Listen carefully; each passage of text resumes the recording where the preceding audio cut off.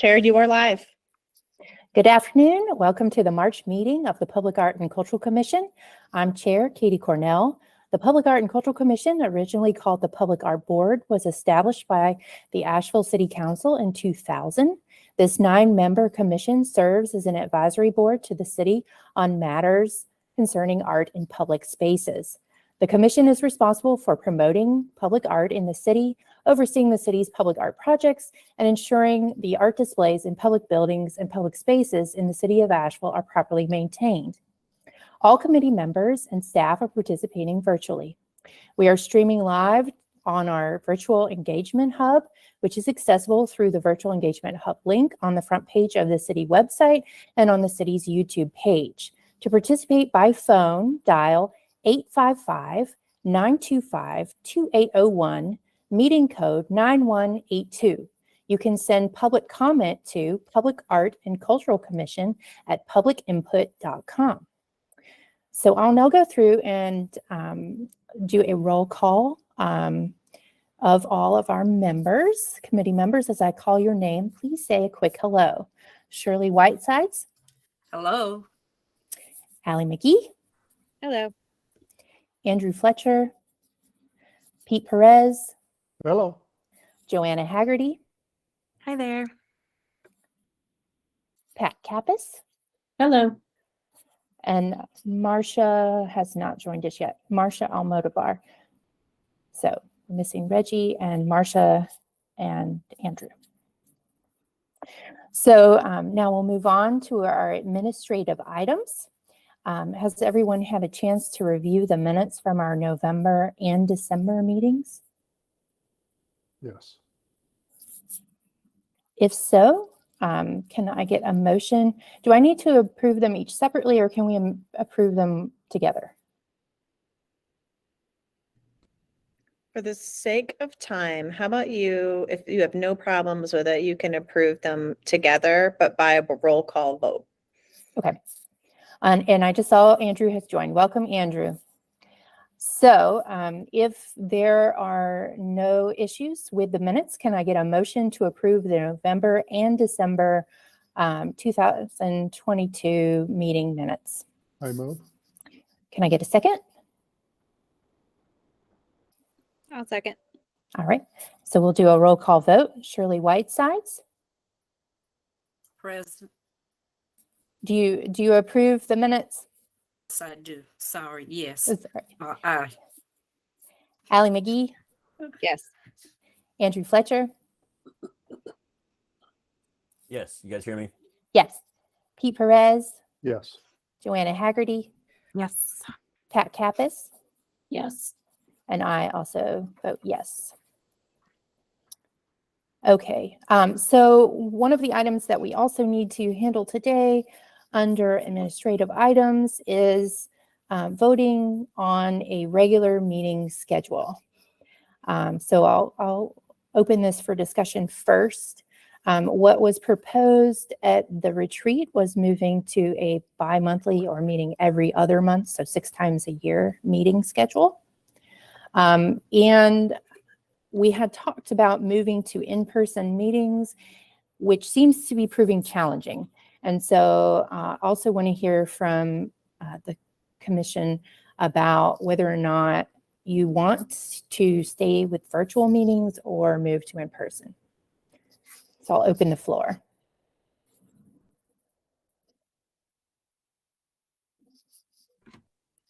I mean, we've sort of had this conversation that like virtual potentially brings more people, but in person is where we tend to get more stuff done.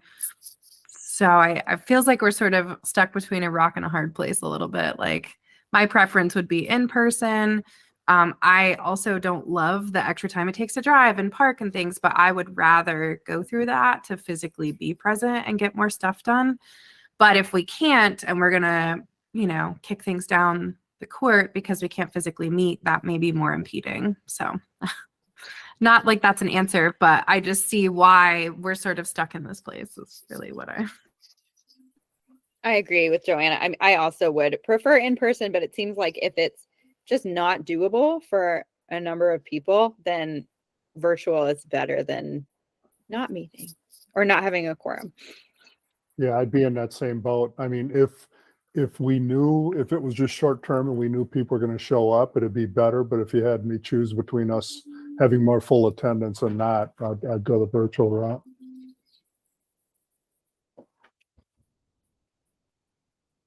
Yeah, I'm in favor of in person for exactly the same reasons that Johanna said.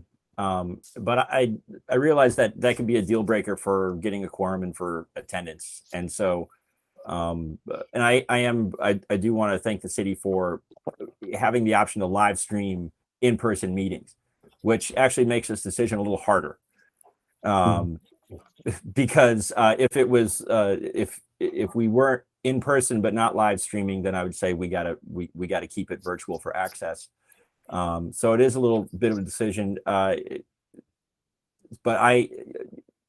I'm supportive of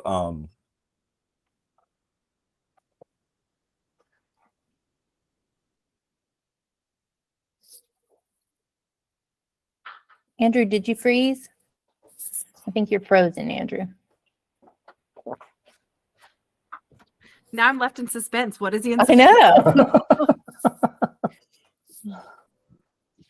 I am curious because I think like often we say that in person, we all sort of like in person, but I haven't heard from anyone who really prefers virtual. And I would love to hear from because that's sort of like like if people just can't make in person, obviously we're gonna have to do virtual. So I think we were all, when we talked about this before, I think we were all in agreement that we really preferred in person. And once the streaming became available, we wanted to move to in person. But it has become clear in our last two meetings that trying to get everybody together, at least a quorum together in person, is proving impossible.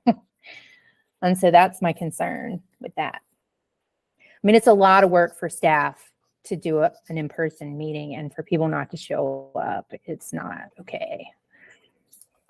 I showed up at the last supposed to be I meeting. know. I'm so Yeah, sorry, yeah. Shirley. Kept about looking, that, I Shirley. saw the sign on the door, but it doesn't matter with me. I know some members have jobs. It's easy for me to leave, and I think that's why virtual kind of helps some in order to keep a quorum. As long as you don't go past 4 o'clock for the meeting time, because I run an after school program, so I do have time to get back. But it's fine with me either way. So one thing you can, that I think you can do is hold special in-person meetings for when you feel like you need to get together in person. Yeah. And hopefully your retreat will be in person. So there will be sometimes for you guys to get together and talk face to face. it sounds like bi-monthly virtual is the consensus here. If there's no objections to that, I'm happy to make a motion. I guess did anybody specifically say they want virtual? I actually still haven't heard anybody say that's what they actually need. Everybody else said in person feels right. So I guess I'm happy to go virtual. That's what we have to, but I still haven't heard any one person say that that's their preference so far. Yeah, I'll just For say me- I'll oh, just sorry. say for Go me, ahead. it's not so much that it's a preference as much as if we continue to not have quorums, we can't move our issues forward.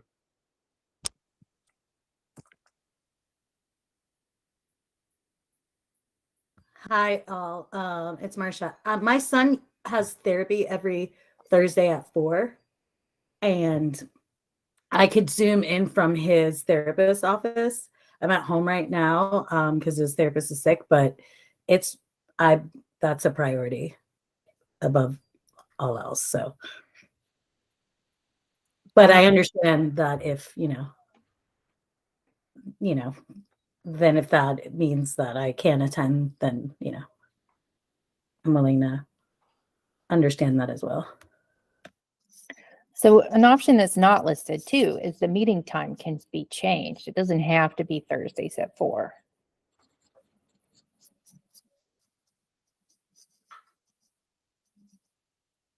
Yeah, I don't want to switch that just because of me. But this is the only time of the week that works for my son getting out of school and the therapy. But the other days I can do things during the day or in the evening, whatever. This has just been like for me personally hard, but I'm not speaking as the whole because obviously if other people have not been able to attend, there's other barriers there too. So, I'm not the only, the outliers, not me, me in this. So, does that make sense to change the time for other people? I'm super flexible. Changing the time is fine for me personally. And I also wonder, Reggie, I think, is one of the other people who's consistently had issues. And I wonder if Thursdays aren't some consistent things for him too. I don't know, but No, he's just been incredibly busy. He's got a number of different projects going on. He's been in Yeah. high demand lately. I'll add that, in the other board that I serve on, the downtown commission, we had a real similar conversation. And the makeup of that board and the schedule of those folks, directed us to be in person at our old time in City Hall, which was 8:30 a.m. every second Friday of the month. The makeup of these boards change. The life circumstances of these boards are different. I know, both Katie and I are going to be rolling off soon. So this is one of those things that, you can reconsider at any point that is needed. So it's whatever we do today is not quite written in stone. So,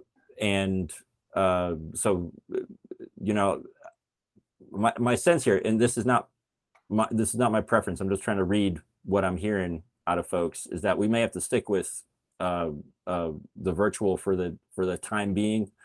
And if we got to have a big old doodle poll that goes out and try to find some other windows that works with city staff, of course, as well, then we can always, these kinds of conversations in this hybrid world that we're in now are just going to be more frequent. So,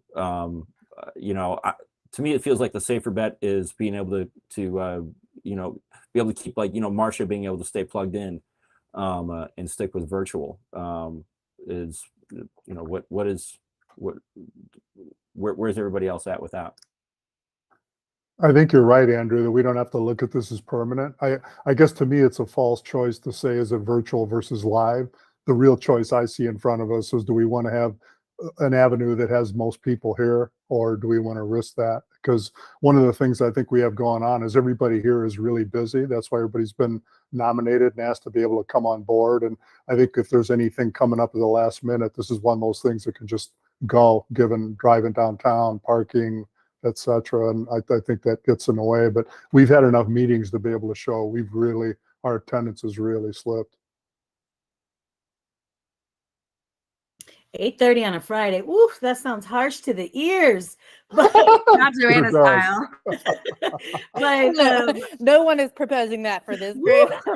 I agree. that has Friday anything, but the vibes are off on that. But I'm down with every other time. The Wednesdays mornings are really hard, but I am open to meeting in person. For me, what seems with the other board that I'm on is during like the center of the day, during like lunchtime or, something like that. And I don't know if that is something that works for other people, to have lunch and meet in person type of deal. I don't know, but It would really depend on the day because I have my kiddo some days and not others, and then I do daycare drop off. But it might just be like we send a poll and figure that out. But yeah, totally. Yeah, This I'm doesn't also need to sort of be like- decided today, though, does it? We can make the easy shift today, just adjusting to saying we're going to continue to meet virtually, and changing the frequency.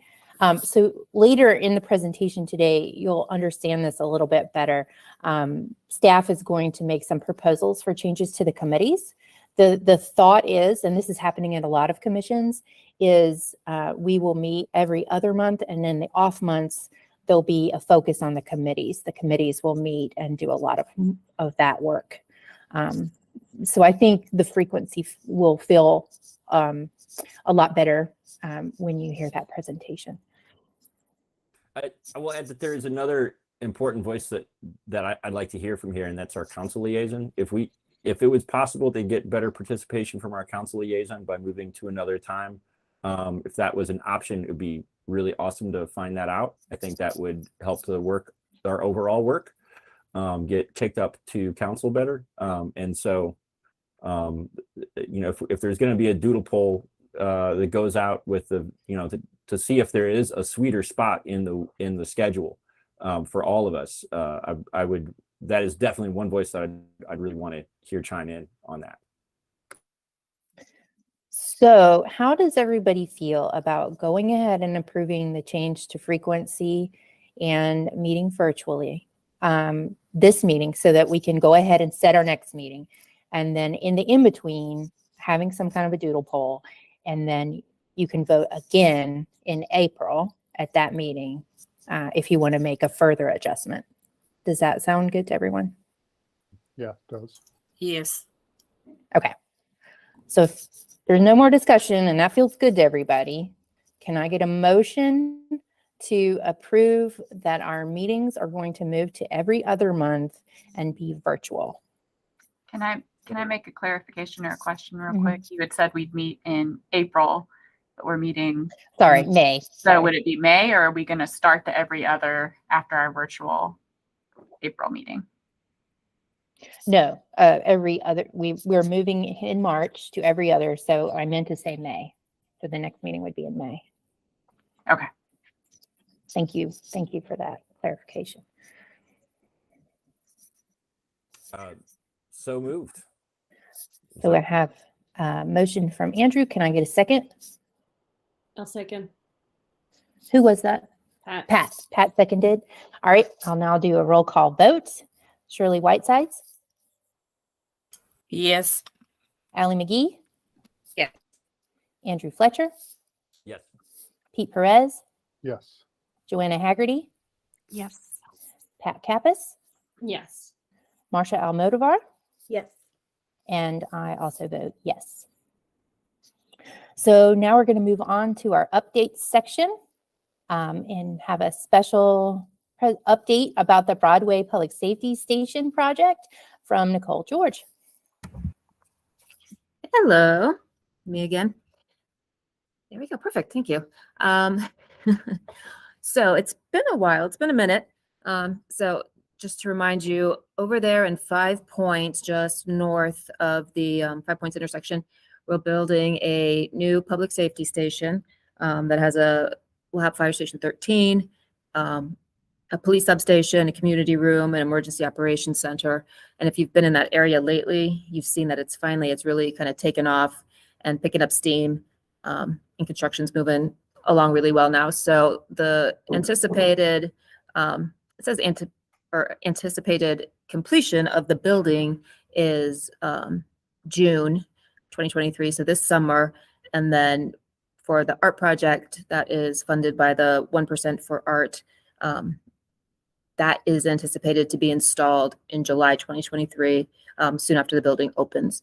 So on this project, we had put out a request for proposals or call to artists, sorry.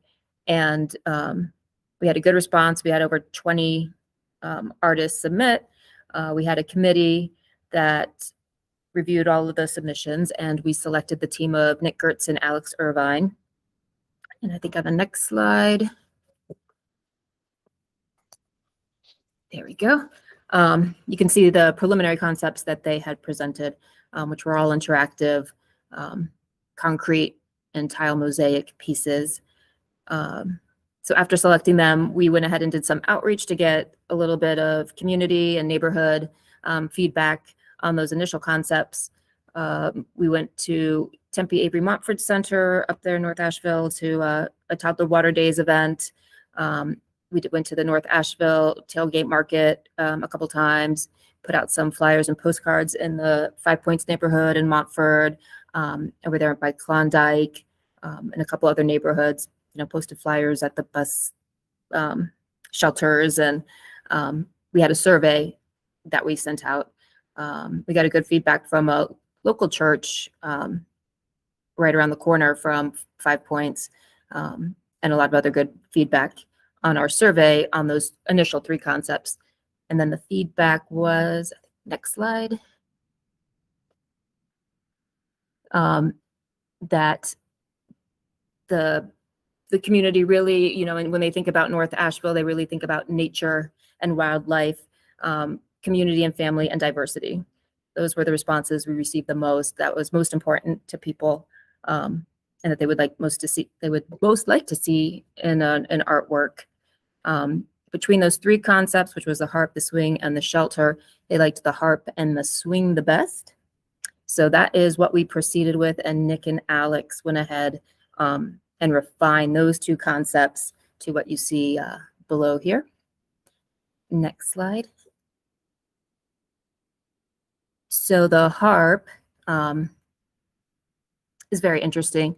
It's a large concrete sculpture, and it's an actual playable harp. It has a tensioning mechanism so that it can be tuned. I had asked, well, will anybody be able to mess with that mechanism? And they said, no, it's inside. It'll be hidden inside the piece. So, you know, the city can access it if somebody needs to come out and tune it. But, you know, anybody walking by won't just be able to play with it and mess with the tuning of it. But you can run your hands along it and actually play it like a stringed instrument. Says, let's see, on one side, you can run your hands across it, and it'll just be like wind chimes, that nice harp sound. And then on the other side, it will have all the notes of an octave. So it'll be like a piano. So if you know what you're doing, you can actually pluck it and play a song if you know your music and you know your notes.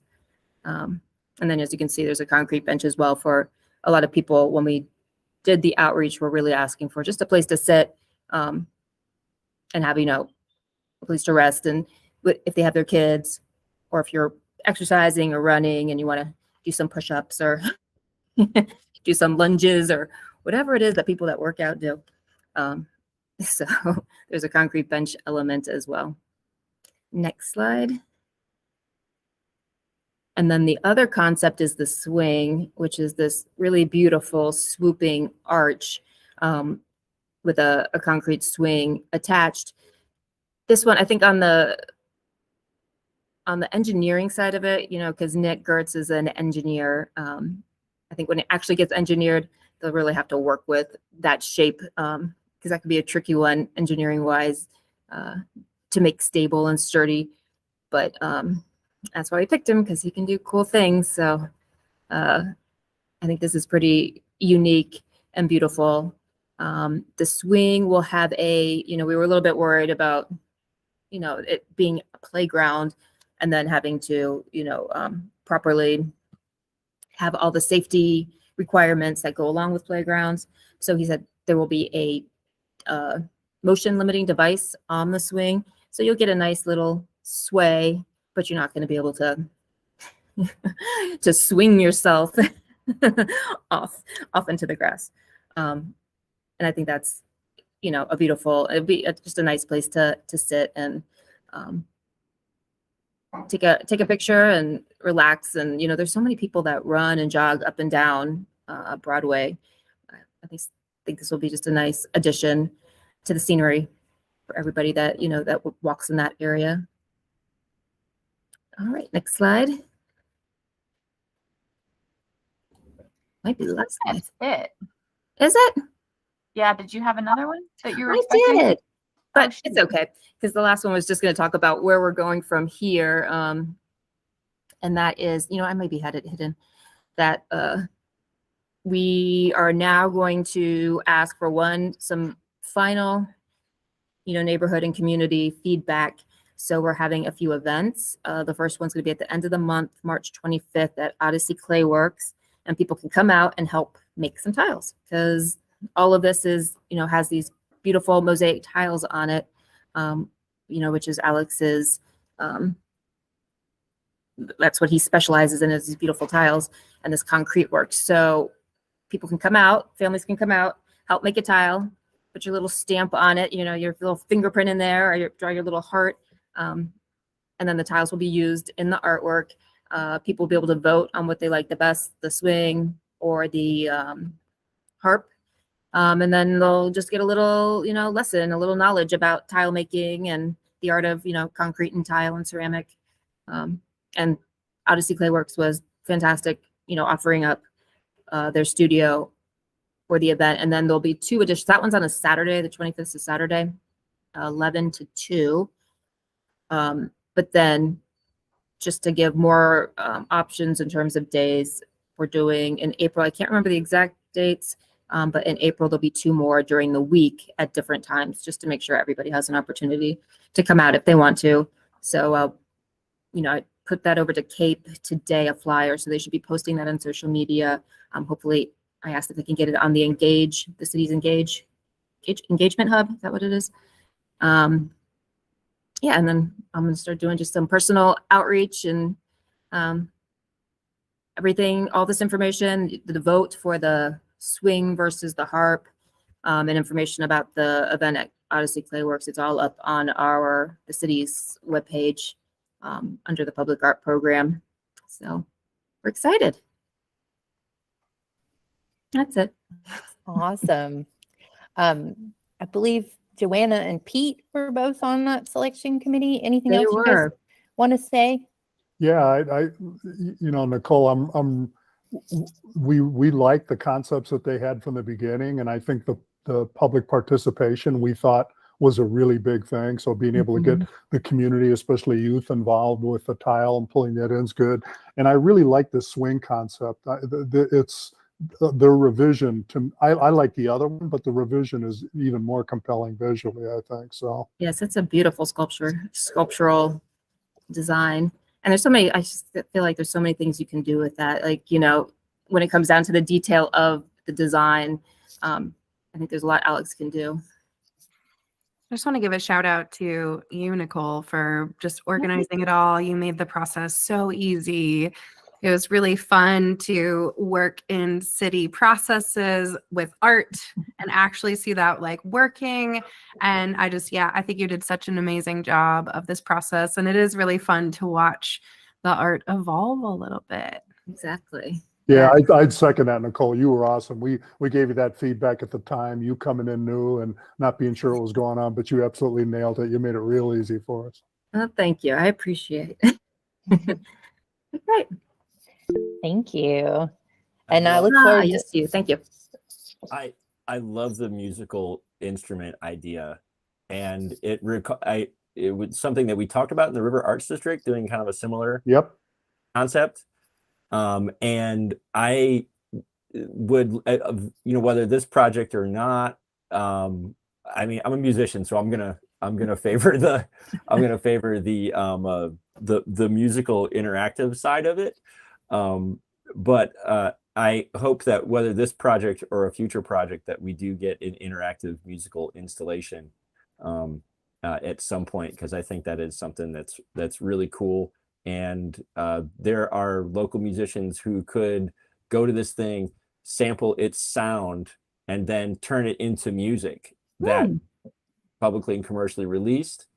And if we were to go with such a, if the musical option is the one that ends up being installed, I would suggest that perhaps a commissioned piece based on it and could be used. There's a lot of great talent that would probably jump at doing something really cool like that, and would be a way to make it live after its installation as well. Yeah, that sounds amazing. Yeah. So it sounds like we have team swing and we have team harp. So you guys encourage people to vote for your please. concept, and we'll see how it falls. It'd be I'm a cute team social art. media campaign. Are you team swing or team harp? I'll print some t-shirts for everybody at City Hall. Love it. How long is the vote open again, Nicole? So it will go on, I think, for a month. So it's open right now and for the next 4 weeks, and then we'll have the events and pull people in person as well. And then after that, we'll see where we land, and then we'll proceed with the actual final design and start fabricating. Awesome. Very Exciting. exciting. Well, you can't go wrong. Either one is awesome. So yeah, so next meeting I might have another update for you. Wonderful. Well, because we're pressed for time, I'm going to move on. I know we could talk about this for a while, but thank you you. so much. Thanks, Nicole. So now we're going to get an update on Pack Square visioning from Steph and Carly. I will start this. We're going to tag team a bunch of these, I think. So for those of you that didn't know, we were wrapping up our primary community engagement last month with a community advisory committee meeting. The community advisory committee is officially a working group of the Downtown Commission. So it was the second part of their annual retreat. And the purpose of that meeting was to look at the 21 themes that the consulting group said that they heard throughout the community engagement process and get some reaction to them. So for those of you that were there, you'll note that, there was a few comments that were made, just to kind of check and say, but you heard this too, right? That's part of one of these themes. But other than that, everyone unanimously supported the themes that were presented. So wanted to share that with you all. Some other things that you should know about is that we had a really successful design workshop in January. Some of you attended again, and we want to thank you for that. We had 60 people, standing room only, down at the development services. You got some pictures here. Yeah. 60 people, standing room only. And about half of those people were urban designers, architects, or landscape architects. It really was a great mix of people. So they were able to work with just community members that weren't comfortable drawing and draw those things out and have really productive conversations. And we will be doing that kind of work again, I will say. So next. Moving forward, we have a tentative release date. I'll call it the target date for our draft plan, and that is April 17th. It's getting very exciting, getting close. We're going to have online engagement at the end of April that includes a community advisory committee meeting. And it includes an opportunity to have almost more of like a town hall where anybody can come and provide comment. And of course, it'll be up on publicinput.com, which is the city's engagement hub during that entire time. The plan will then go through a pretty typical review process on its way to council for consideration, for approval. And that includes being at the Downtown Commission, and they'll make some final recommendations on that as it moves up the chain. We are going to go to the Planning and Economic Development Committee of City Council on our way to City Council. And I'm going to update this and say we are doing the 612 PED and the 627 council. So that has been decided. And the county commission will follow council by 1 or 2 weeks. I'm not sure yet, just as an aside, if they are meeting on July 4th. I'm going to guess not, that they may be. So next. Katie mentioned this before the meeting started, but we wanted to let you guys know that we are committed to an implementation strategy that we're running parallel right now with the draft plan creation, thinking about how we can engender a little bit more trust with the community so they know we're not going to put this plan on a shelf. We're going to move right into some short wins, some quick wins. And one of the ways we're doing that is responding to the Mellon Foundation's request that we put it in an application. It's called an expression of interest at the end of January this year to see, like, would you partner with us on the monuments project? We did put in that application. It was successful, and they let us know that they would like to fund approximately $3 million worth of let's say short-term projects. We don't have the money yet. It's not like they awarded it. So what I want to make clear is that it's a potential grant. We still have some hoops to jump through. We have a draft grant application that is due at the end of this month. And then their staff is going to work with us to hone what that looks like. It could look like they end up only giving us $500,000. So I don't want to raise expectations too much, other than to say it is exciting. Your takeaway is that we're working on an implementation strategy. But what you need to know is that the things that they're interested in are the design and engineering of a reshaped Pack Square based on the community's vision. Not construction for that piece, because they want to know that they can fund things that we can get done in 2 years' time. They're also interested in the design, engineering, and construction of some elements that will connect Pack Square to the block. Those are a little bit, it's a smaller area. It's a really specific project. They think we can get that done in 2 years. And then the third thing they're interested in is a piece of the expression of interest called Shaping Our Stories. And this includes some education and programming that allows more diversity in the types of stories that we hear or see portrayed out in the plaza, but also out into our other communities.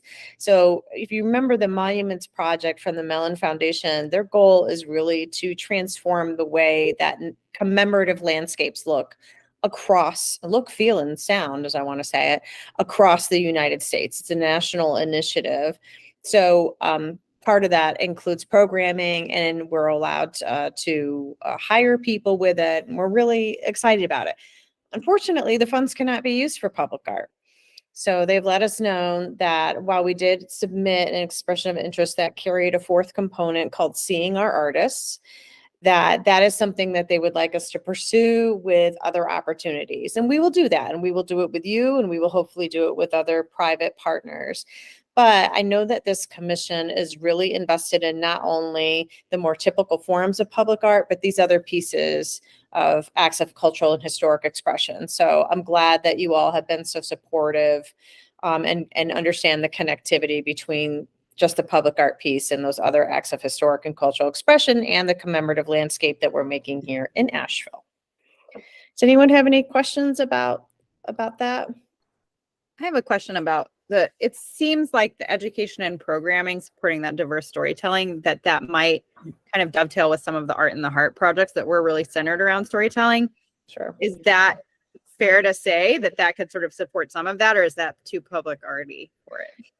Yeah, we're going to have conversations with them about it. I think the kind of public art that they are not interested in supporting are the ones that look like monuments and memorials. And I think the things that we saw, maybe some of the dance performances that we saw, some of the puppet shows that we saw, that those might be around during this next piece, this next phase. Yeah. So the Mellon Foundation is not interested in just remonumenting public spaces. They're Not at all. That's I think what a more universal place to land, I think, with that. Yeah. The other. Well, Andrew, let me, and I'm sorry, I don't mean to cut you off, but I just want to clarify, because I can't speak on behalf of the Mellon Foundation, but what I'll tell you is that you guys might want to take a look at what they're doing in Richmond. And, Richmond's kind of like the epicenter of monument removal for a variety of reasons, but because they had the most of them and they were the heart of the Confederacy there in Virginia and what have you. So they are interested in monuments that are not monuments. That's what I want to say to you. And if you take a look at that project and you see some of the things they're doing with technology and more ethereal and temporary types of interventions with communities, that's the kind of monument that they're seeing that makes sense in the 21st century. Right. Yeah. I wasn't asking to speak for the Mellon Foundation, but I know you are. Yeah. Thanks. But expression of their direction and their goals and how they align with our local goals and efforts was what I was looking for. The other question is that I'm assuming that there's no news on the legal case at this point, and that we're still in the holding pattern on that. That's correct. So you may have seen there was some news about a week ago. There was a document filed, but that doesn't mean that we're really seeing any movement. You're correct. Thank you.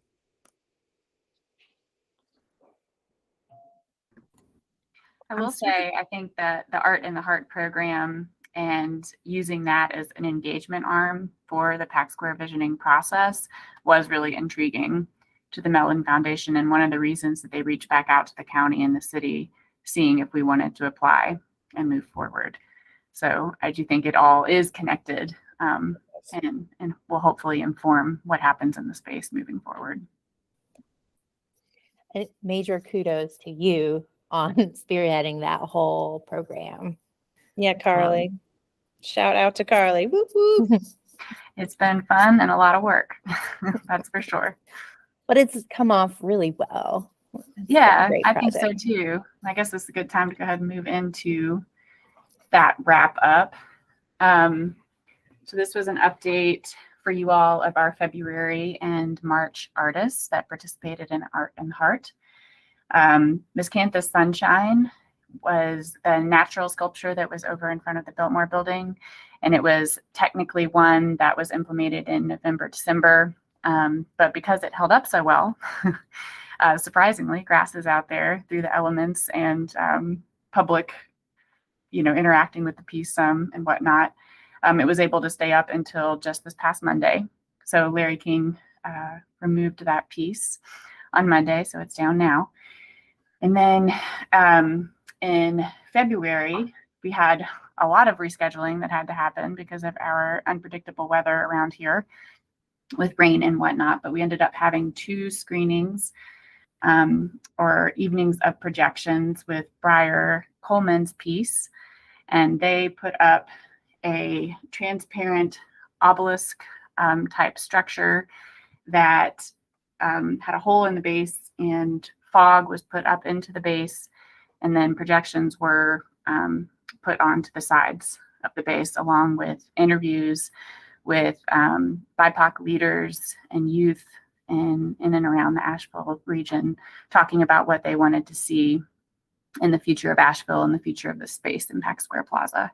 So really cool project. Briar did an excellent job of crafting the piece and doing the interviews and pulling it all off. I have a little video clip that I'll show you all after this, and we're working on getting a final video that I'll post online from our documentarian soon. And then the most recent Art in the Heart project was Playability, and this was by the Asheville Contemporary Dance Theater. And then over one weekend, March 4th and 5th, they did 3 acts. It was 1 performance and 3 acts where they were dancing and interpreting different moments in history, from the Black Vote, from the Indigenous people using this as a crossroads. And I was unfortunately unable to attend the dance performances.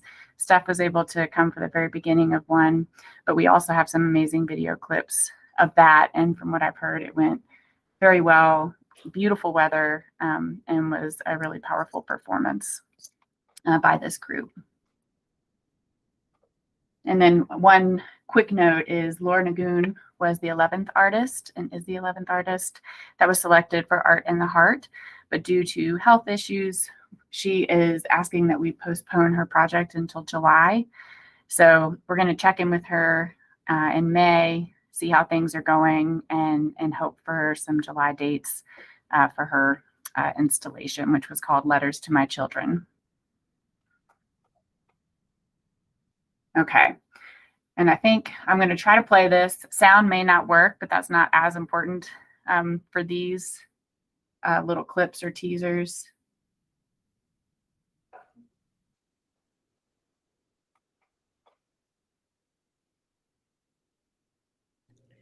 Although I will say that the interviews on Briar Coleman's piece, they're fascinating, and I encourage everybody to watch them. And he is going to send them to us, right, Carly, or transcripts?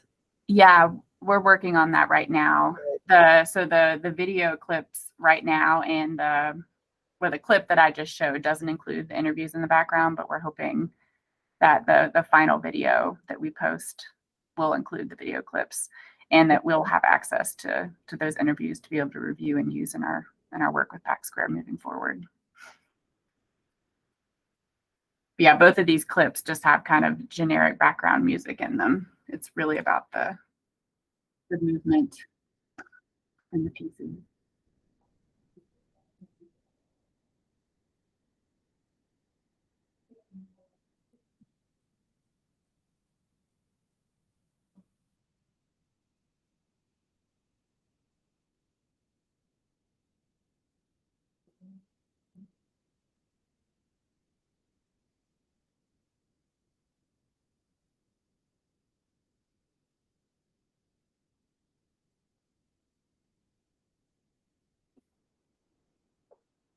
yeah, hopefully y'all were able to catch that.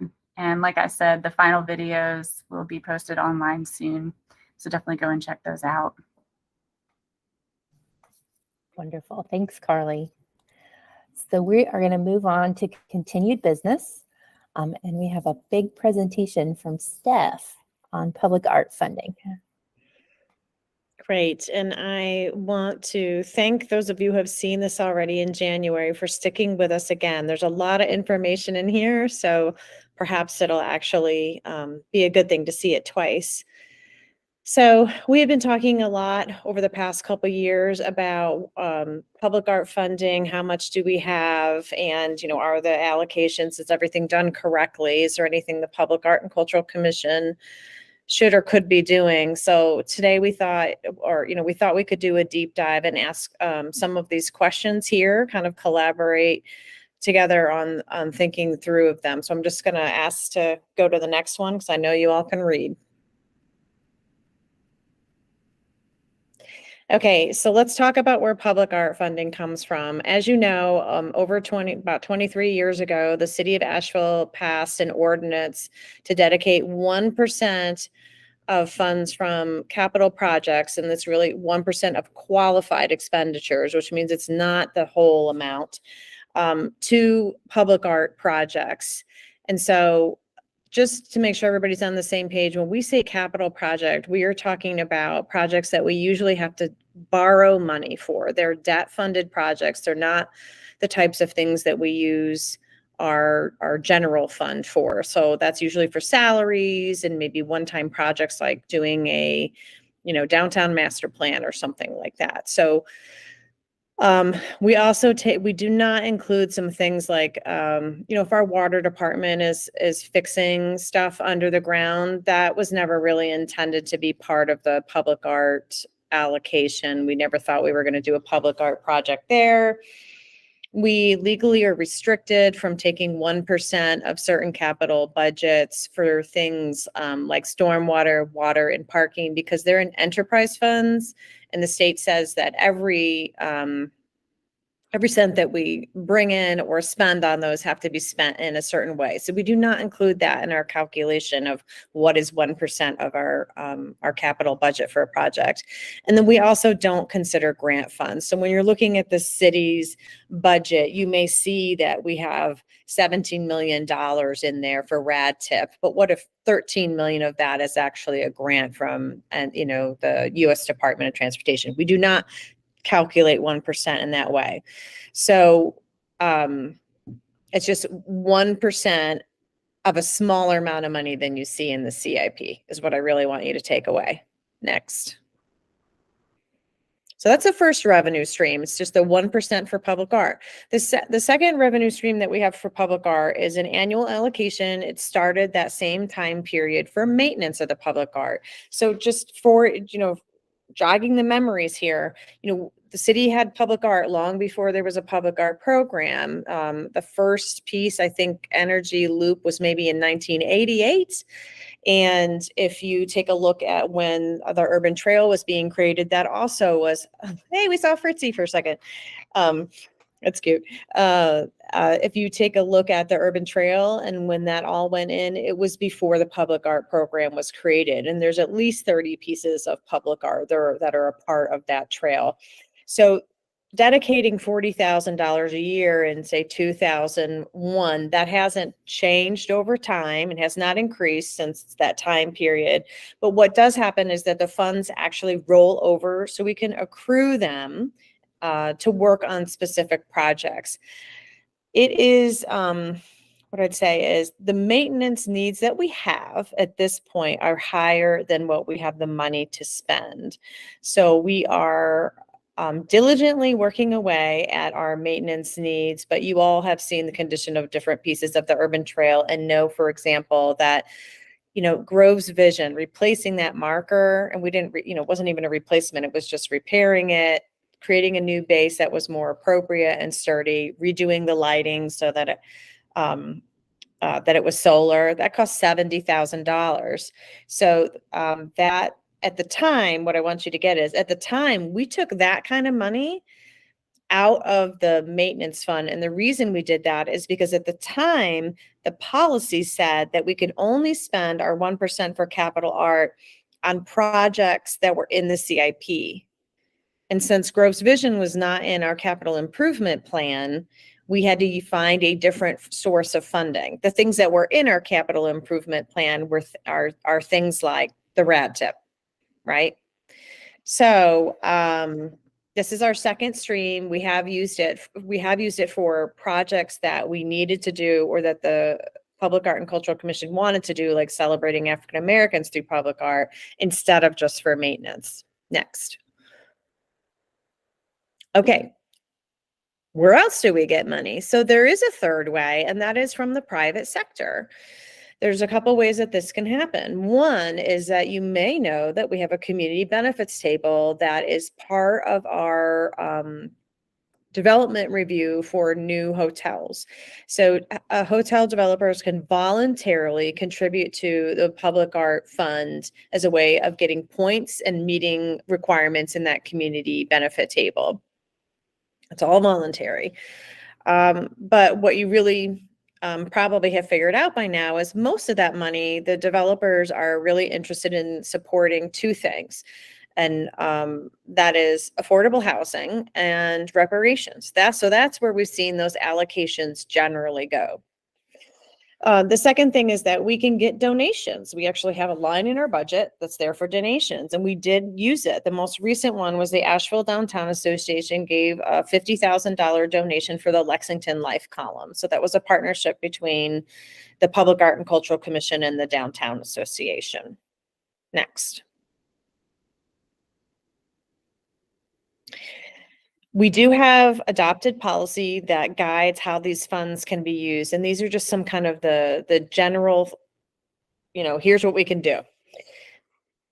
The most important thing is that an artist has to be involved for it to be considered a work of public art. So we actually have this conversation more than you would think when we talk to people internally who are managing projects. Landscaping, even though we, appreciate that a landscape architect may be artistic, unless they work with an artist, we are not going to call earthworks or some kind of landscaping public art. It has to be really intentional. So even though we're now moving away from just saying, okay, we're going to use the funds for city capital projects, we do still prefer that the money gets spent on placemaking efforts where we are already investing. So that's the city capital project list. We use an equity goal and also some sustainability lenses in order to take a look at what we should be doing. We look at our comprehensive plan, where should be making investments, what are our opportunities there. We can use it for community engagement, and we absolutely have used it for community engagement. And as a sidebar here, any great public art project, a big piece of what those funds are used for is community engagement. You heard Nicole, talk about how the artists were going to go out there and work with the community to make those tiles. They've also already had great meetings with the community to determine what it is that they're interested in. So we can use public art funds for that. We can use public art funds for administrative needs. So since we are moving away from only being able to use the 1% for public art for those projects that are in the capital improvement plan, we can now take a look and seeing how we can develop and build projects and build our capacity internally. Since you guys know that I do public art, it's maybe 10% of my job. And for Carly, it's about 50. So you have about a 60% staffer right now. And it can also be used for maintenance and repair. Next slide. So I'll do that yellow diamond bullet at the bottom there first. We're really trying to come up with a more organized way for us to move into professionalism and innovation with the way that we deliver this as a service for you all. So in the past, the vast majority of projects and their funding amounts they're already baked in, we knew that 1% of a certain qualified, the qualified 1% of a certain project was $65,000. And the project was going to be at that location. And that's the amount of money you had to spend. But moving forward, what we would like to see is a process on an annual basis where, and this aligns actually with the current policy, an interdepartmental team gets together, city staffers get together, and they discuss potential projects, what we think, are areas where investment is really needed, community engagement is needed, and we compile that list, and we have some ways we would be thinking about it right there. And then we bring that to the Public Art and Cultural Commission, and they, you or whoever's there at the time gets to think about it and review it and provide us with, meaningful feedback. We can tweak that, and then we bring it back to the Public Art and Cultural Commission and basically adopt it as a working plan for that fiscal year. Does that make sense to everybody? And what I mean makes sense is that, do you understand what I'm getting at as having that like an annual process? Yes, great. Next slide. So that annual process would sync with the city's budgeting process, and we would start in the fiscal FY24, which basically means this July 1. So by October, we would be coming to PAC with that project list, and then in November, we would be getting any of that additional feedback. And this again, at the similar plane internally, we have usually have a work session or two that's being started that is being scheduled in the spring for city council. So at this point, we have some information from our budget office internally that allows us to better understand where we're going with our 5-year CIP even, or what projects are going to become priorities. And this is going to help us see if there's just like anything we should think about, like, hey, we're going to be having extra money coming up in 4 fiscal years anyways, maybe we should do a project then. So by January, we are looking at adoption for the plan for the fiscal year that would be starting in July. Next. Now here's the meat of the presentation. There's actually a lot of money that we would have in the next few years to be able to invest in our community around placemaking and acts of historic and cultural expression, if you want to call them that.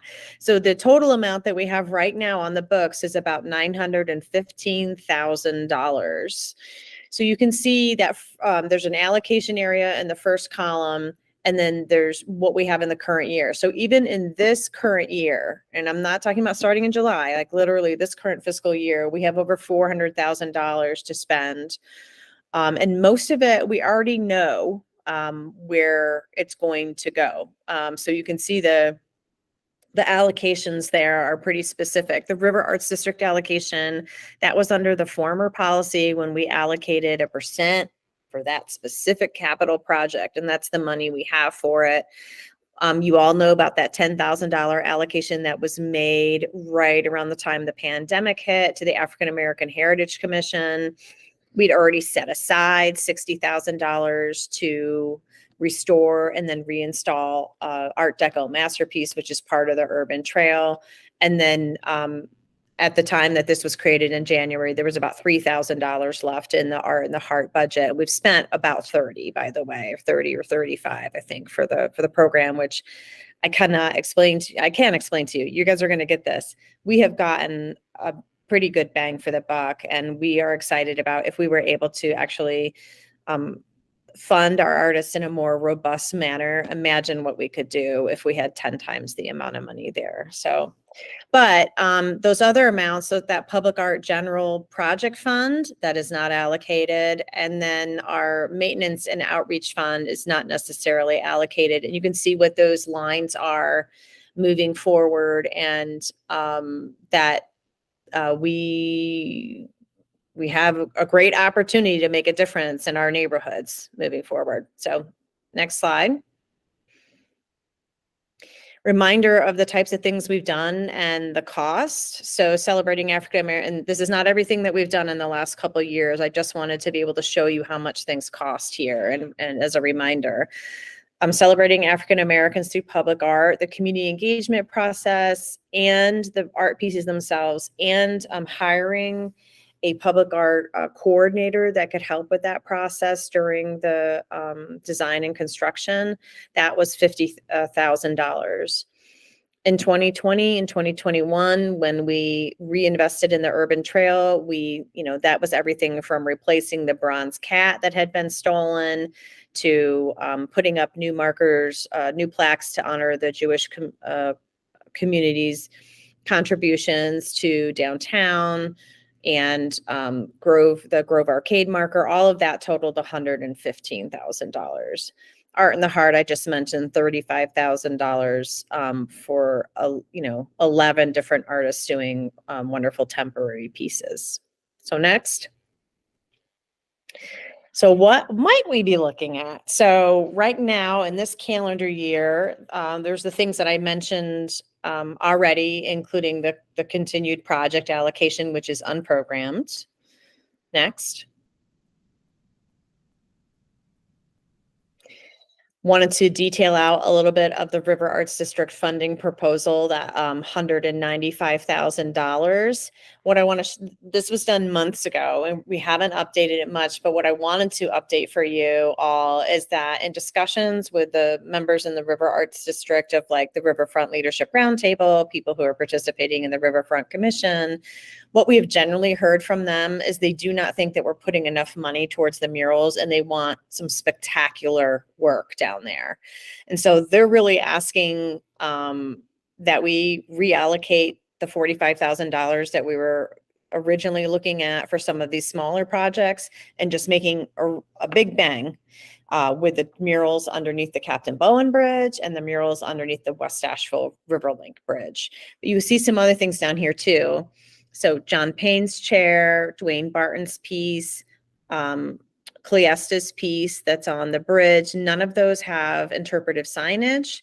There's other pieces down there as well. So we've estimated the cost for 6 signs, and we are also interested in addressing a retaining wall. This is coming from the Riverfront Commission, doing a little bit of a gateway wayfinding piece on a retaining wall that is just north of the railroad trestle bridge, the Norfolk Southern Railroad trestle bridge. And it's right before the interchange that you would get on before 26 on Riverside Drive. So all of this together is about $195,000. And I'm not asking you today to make a decision on this, but I am going to ask you for feedback on that item that we had in yellow. So next.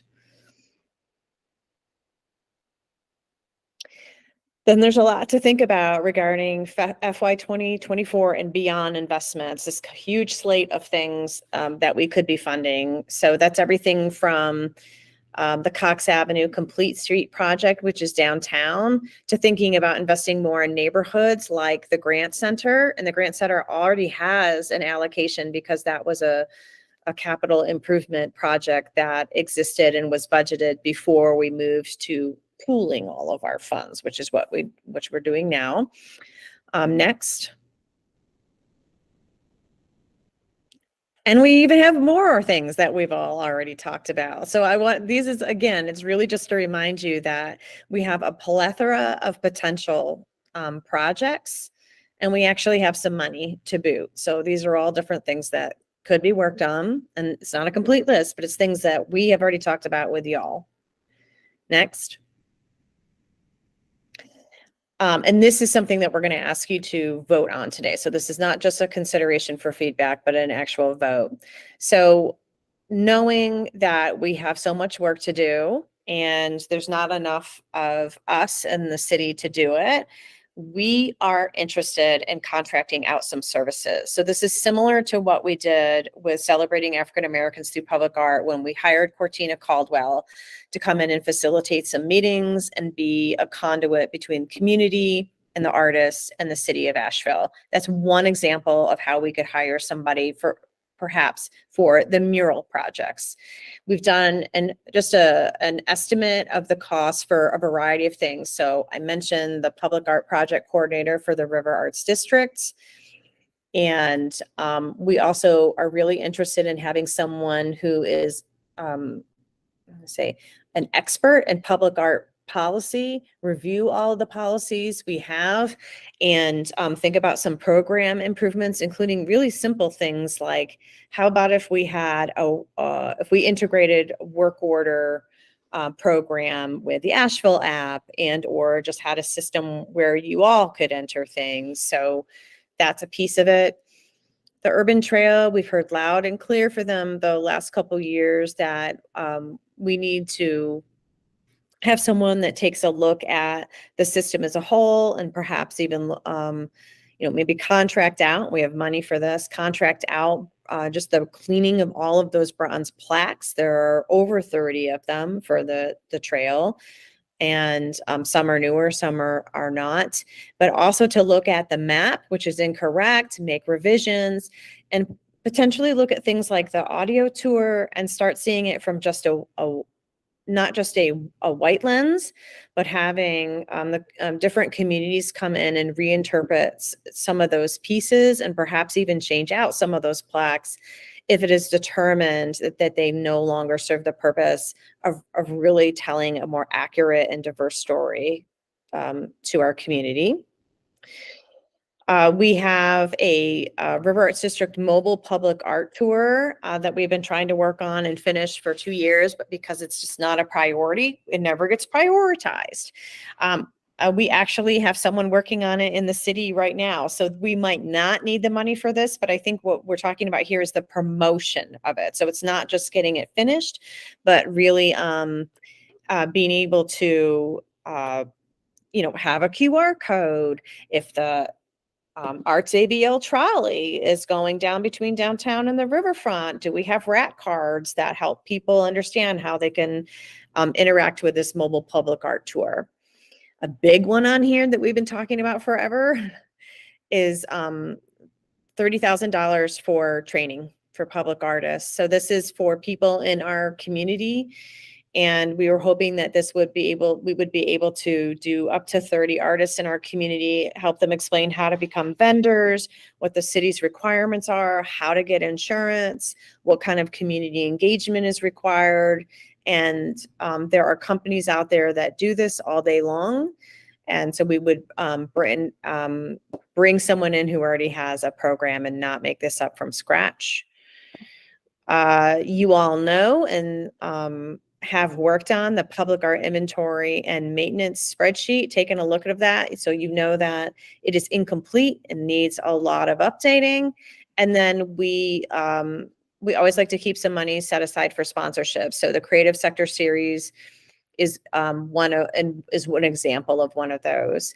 So we came up with an estimate of what that would all cost and added a 25% escalation because we did not want to underestimate this, and came up with a total of $80,000 for administrative needs running this next fiscal year.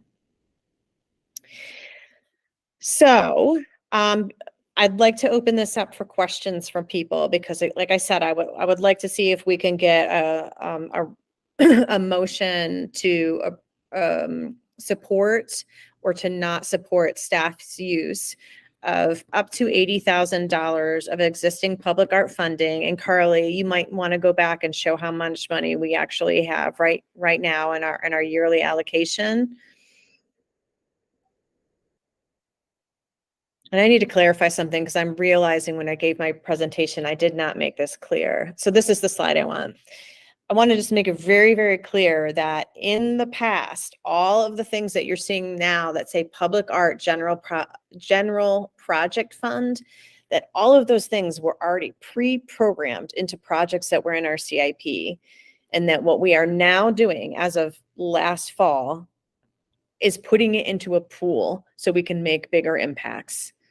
So instead of spending $5,000 here and $2,000 on that project, we now just have $131,000 that we are able to say, hey, let's use this and make a big impact. For this first year, I just want you to understand a little bit. I'm saying this to understand how staff is thinking. That $131,000, we're really primarily seeing that as a possibility to help with administrative needs. And that is because we know that starting in July, we have another $108,000 plus the $40,000 that we're getting for maintenance. So to get us up to speed, we're asking you to kind of give us a blessing here to use more than half of that money for administrative needs. When you say administrative, can you just, what do you mean by that? So let's now go back to that slide that I just reviewed. I mean, exactly the things that I just went over, all of these things. Got it. Yep. So contracting things out and getting them done in lieu of having someone here right now that can get up every day and get these long-term, they're all pretty much long-term needs. Great. I just wanted those dots connected. Thank you. Yeah. Yeah. Yeah. The other thing I'll say, if we look at that $40,000 that we get every year for maintenance, this number is really out of date. If it just kept up with inflation, it'd be about $70,000 a year right now. Mm-hmm. If it just kept up with our population growth, it would be about $52,000 actually right now. And if it kept up with the city budget, I imagine it would probably be $80,000 to $90,000. And if it kept up with the TDA budget, it'd probably be about $1 million. But so I do want to point that out as far as, some context for that number, how it fits into the rest of our budgets that we see in municipalities around here. And I want to say this because I think that, as we're spending more capital costs on more pieces of art and things like that, if that maintenance budget does not grow along with it over time, and I know this is a council thing, if we're not growing that maintenance budget, then we're really falling in a hole over time with this maintenance budget. And so I want to say that in context, before we take this vote, which I am in support of. I think staff's done a great job. Staff has done a great job of putting this together. But I do want to put that $40,000 annual maintenance budget in some context about some, as I'm going to be rolling off this group here soon. I really, that number is going to have to go up if we're going to be able to maintain, this commitment to all these things that we want to build in our community. I think Andrew's making an excellent point, and I just want to piggyback on that and say, when that $40,000 budget was set, our public art collection was less than half of what it is now. And so, the fact that we're still getting the same with over 60 pieces of public art, whereas there was more like 30 at the time the budget was set, just doesn't make any sense. And so I would love to see that budget expanded. Does anybody else have any thoughts about these administrative items? I think this is a wonderful plan. I love that you're going to have some more staffing support. I mean, I think that's our biggest challenge with the public art program, is just not having the staffing support to do all that needs to be done. And that's not saying anything about Steph or Carly, because they're amazing, but we just don't have enough staff time dedicated to getting these projects finished. I just want to say it looks so strategic to me, right? We've had so many ideas and thoughts for so long, like to get a really clear idea on how much it's going to cost to maintain public art, we should probably do the public art inventory and maintenance plan, right? So I am fully in support. This is the kind of stuff that I think will give you guys the leeway to build more in the future. And I'm really excited to see this, honestly. Yeah, I see solutions for a lot of the continual problems that we've had in here, which is what training for public artists. And we've run into this before, where our pool of knowledgeable public artists out there who know how to work with the city is too limited. So I love that this gets at roots of problems and it also that policy change, pooling money together, I think is great, because you can, it was getting siloed off into little drops here and there. And if we have to do you know, a lesser number of projects, but they each have more impact, then I think that's great. So I'm absolutely in support of this, and I congratulate y'all for bringing us something that I feel I can really get behind, and is gonna let the next, you know, set of leadership for Public Art and Cultural Commission have a really great footing, and be starting way ahead of where I started 6 years ago.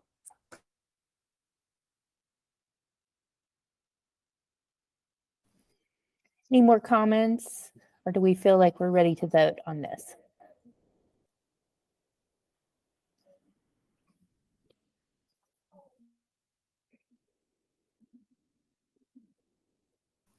All right, if there's no other comments, can I get a motion to approve the funding for administrative needs as presented?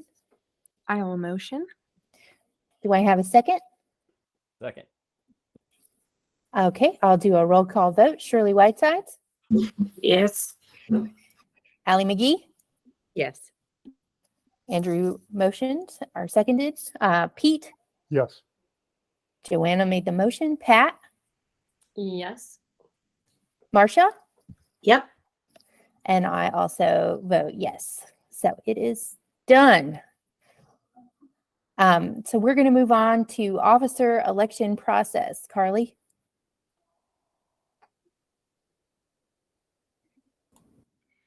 Yeah, so it is that time to vote for our next chair and vice chair. And this year we are planning to send out an email requesting your nominations for the chair and vice chair. And I will send that out probably in the next few weeks. And since we aren't meeting until like May now, that'll give you a little more time to think about it and get your nominations in. And then at our next meeting, there will be a vote based on those nominations received. And so I just wanted to make everybody aware of that process, and be on the lookout for an email from me with more information and a way for you to put in your nominations. Are there any questions or comments about that? I'd just like to say that I do not intend to be nominated, because my time is coming to an end on the commission, and I look forward to passing the baton, and thank you all. I'm wondering, would it be helpful to get just a list of members and when their technical roll-off dates are? Because I don't. So get my it's just Andrew and I rolling off in Okay. June. Mhm. And speaking of that, council approved a change to the kind of selection process for new commission members at their meeting on Tuesday. So Steph, could you give or Carly, could you give the group a little update on how the commission will go about appointing those two new members when Andrew and I roll off? I can give that update, Chair. So as Katie mentioned, this process is only going to take place 4 or 5 times a year now, basically quarterly. And the next process that's coming up is called summer cycle. So applications are being accepted right now, and the vacancies for Andrew and Katie are up and being advertised as we speak. Applications are due on April 30th. So if you guys want to start recruiting new members, please start that. It's due April 30th before you have your next meeting, and maybe Carly and I can send a reminder out. But again, like the best way to get new members is through word of mouth. The appointment is not going to take place until the June 13th meeting. So they would be starting in your July meeting. So technically, I think Katie and Andrew, you technically roll off in June. Right. So then your next meeting will be your last meeting. And we just want to say thank you so much for being great supporters of all the arts, not just public art, but all of the arts that are here in Asheville. Yes, absolutely. Thanks to both of you.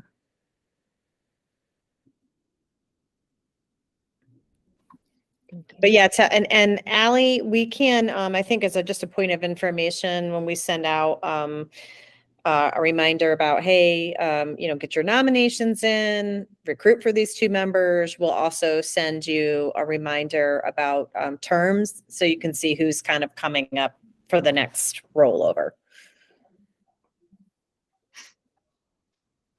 Anybody have any questions about those processes? Okay.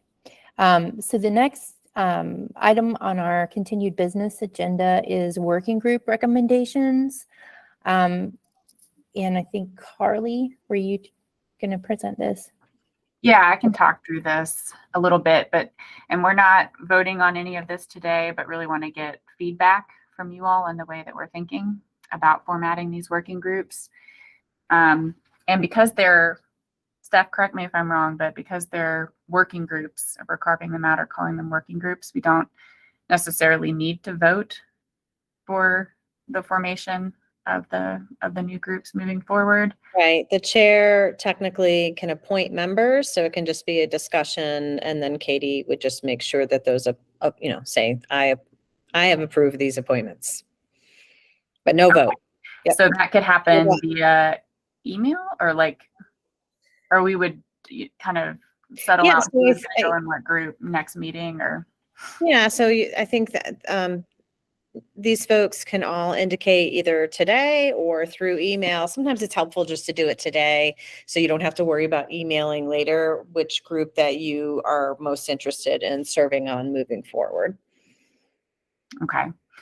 So yeah, as a recap, current working groups that we have formed on the Public Art and Cultural Commission are a group dedicated to the River Arts District and the art projects there, the Urban Trail Committee, so working with the Urban Trail Committee on maintenance and updates to those stations and public art pieces, a group on the Pack Square Plaza revisioning, so representing PAC during those engagement sessions and reviewing the recommendations that are kind of come out of that visioning process, and then kind of artist selection teams based on projects that come up throughout the cities and various departments, like the Broadway Public Safety Station, et cetera. And I don't have the names of each person that was assigned to those working groups, but if you do, yeah, Katie, go ahead. Yeah. So the River Arts District, each one. It is Andrew, Joanna, and Allie that are currently our 3 representatives on that. Urban Trail is me, Shirley, and Marcia. And Pack Square Plaza revisioning has been Pete and Reggie, and it was Jasmine.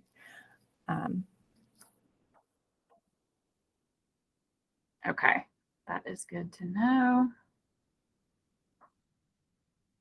Okay, and so what we're thinking about for working groups moving forward is really based on what we were talking about with administrative needs and how funding is now going to be allocated and organized. So we're thinking to keep the River Arts District group that would be focused on grad funding and those related initiatives and projects that Steph had mentioned earlier in the funding presentation, and would also be working with that coordinator that we hire to get some of that stuff off the ground and running.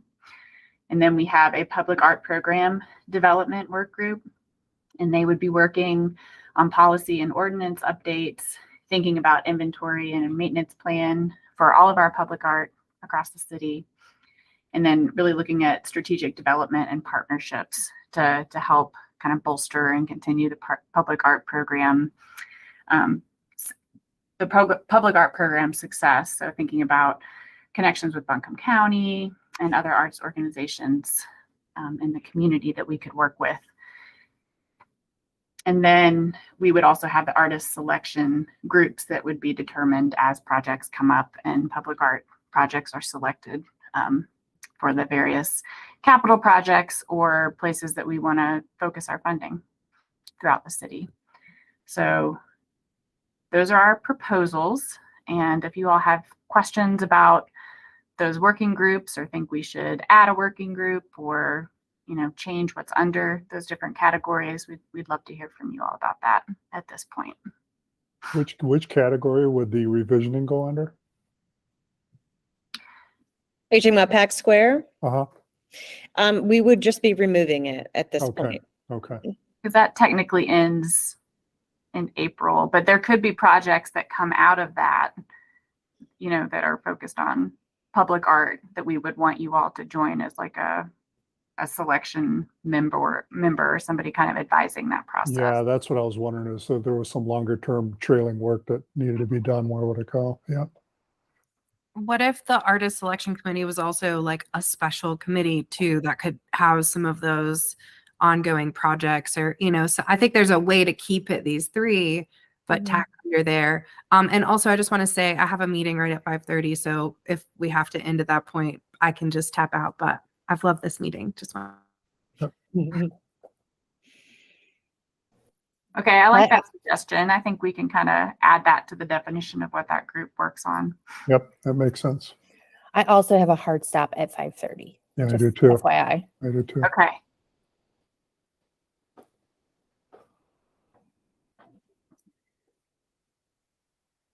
So Do you'll we have want about to send a minutes. follow-up email so we can get through the rest of the agenda items?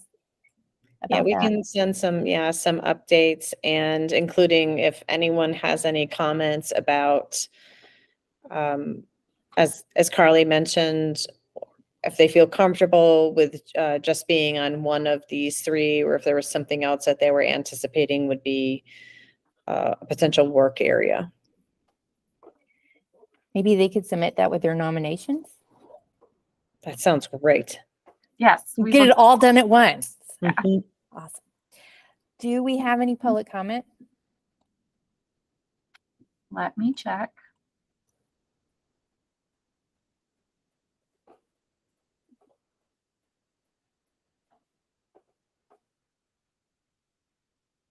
We do not have any public comment. Wonderful. So under updates and announcements and agenda setting, I don't think we have time to do the around the table this time. But please share with the group your updates. We want to hear them. South Slope Public Art, there will be a presentation about that at the next PAC meeting, just FYI. So if there's nothing else, I can go ahead and adjourn the meeting. All right, so adjourned. Thanks all. Thank you. you. Take care, everybody.